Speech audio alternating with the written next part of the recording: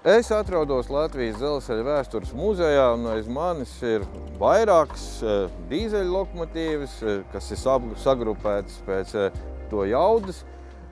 Bet mans stāsts šodien būs tieši par šo te, kādreiz mazliet tumšāk zaļo, bet diezgan izteikti zaļo lokomotīvu. Jā, krāsa, protams, arī ir būtiski, jo tie bija tie gadi, tātad pēc Otrā pasaules kara, faktiski augstā kara sākums, kad bišķiņ jau mēs baidījāmies no militārā apdraudējuma, arī Padomju Savienībā baidījās, un lokomotīvas un arī vagonis krāsoja zaļā krāsā, lai pēc iespējas mazāk izdalītos no apkārtējās vides.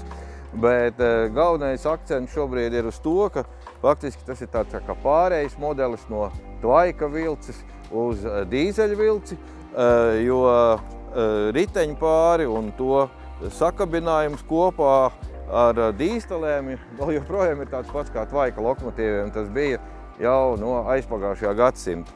Un arī tas nav nejauši izvēlēts, jo šāda tipa manevru tvaika lokomotīvas tieši šādu pašu riteņpāri izkārtojumu tā dēvētā Muromas rūpnīca, kur ir arī izgatavojuši šo lokomotīvu, iepriekš izgatavoja tvaika lokomotīvas. Arī tieši manevru vajadzībām, tieši tām pašām vajadzībām, kuras šī lokomotīva ir radīta, jo redzams, ka tā nav maģistrālo pārvadājumu veikšanai domāta. Un manevru darbs ir diezgan būtisks, un tas neatiecās tikai uz dzelzceļa lielajām stacijām vai mazajām, tas attiecās arī uz dažādiem uzņēmumiem, kas nav varbūt cieši saistīti ar dzelzceļu, bet ir saistīti ar sliežu ceļu. Arī ostas, piemēram, pēc. Šī konkrētā, kādu brīdi ir strādājusi ostā, bet dzelzceļa muzejā tā atceļoja no asfaltbetona rūpnīcas Burzava, kas atrodas pie Rēzeknes. Līdz 2000. gadam, neskatoties uz to, ka šī ir ražota 1960. gadā, vesels 40 gadus, tā bija nokalpojusi tieši šādām te industriālām vajadzībām.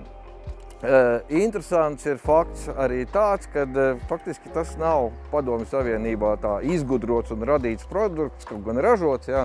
Faktiski tā ir Vācijas lokomotīvas, varētu pat teikt, kopija.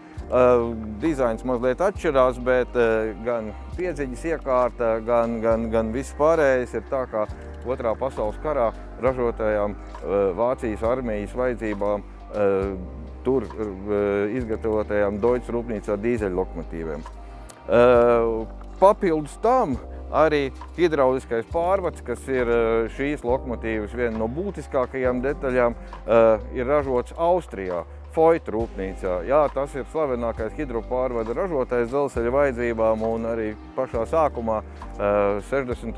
gados Padomju Savienībā ar kvalitāti un šādu pārvadu ražošanā neveicās, un tāpēc arī vairākas lokomotīvas, to skaitā šī, tika aprīkot ar šo te austriešu aprīkojumu. Dzinējs gan.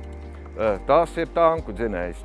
Burtiski, T-34 tankam tāds arī Padomju Savienībā tika uzstādīts. Šī mazliet, protams, modificēta versija, jo dzelzceļam ir nedaudz citas prasības. Lūk, no šādiem komponētiem elementiem arī šī lokomotīva ir ražota, un, kā jūs jau iepriekš dzirdējāt, nokalpojas diezgan garu mūžu. Tā kā muzejā tā ir apskatām, un daudz nemaz tādas nav saglabājušās, kaut gan izgatavotas kopskaitā aptuveni 3400 šādu lokomotīvu.